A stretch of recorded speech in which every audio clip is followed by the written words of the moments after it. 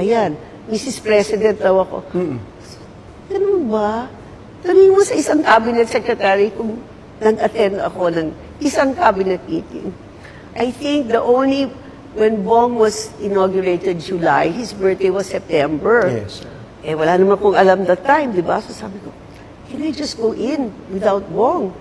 I stayed for 1 minute. All I said was, hi everyone, I just want to invite you to Bong's birthday. It's a surprise. Pero akong nahiya, umalis na.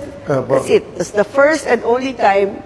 Does that look like a Mrs. President to you? At lahat ng mga appointments ngayon ay ina-attribute po sa inyo. Kayo daw po ang nag-a-appoint. Lahat sila. If I'm in charge of that, lahat sila patay. Ako pa? No. Like recently, Yes, yung governor ng Davao del Norte was suspended.